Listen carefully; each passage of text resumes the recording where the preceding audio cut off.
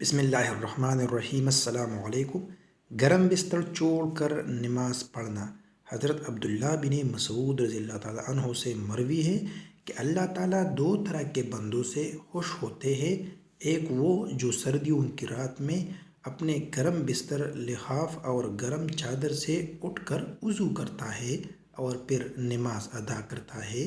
اللہ تعالیٰ باوجود عالم الغیب ہونے کے فرشتوں سے پوچھتے ہیں، میرے بندے کو اس تکلیف برداشت کرنے پر کس چیز سے ابارا ہے؟ فرشتے جواب میں کہتے ہیں کہ وہ آپ کی رحمت پر امید لگاتے ہوئے آپ کے عذاب سے ڈرتا ہے۔ اللہ تعالیٰ فرماتے ہیں کہ فرشتوں، تم گواہ رہو کہ میں نے اس کی امیدوں کو پورا کرتے ہوئے اس چیز سے امن عطا کر دیا ہے جس سے یہ ڈر رہا ہے۔ جزاک اللہ۔ ناظرین، ہماری ویڈیو اچھی لگی ہو تو پلیز ہمارے چینل کو ضرور سبسکرائب کیجیے۔ جزاک اللہ۔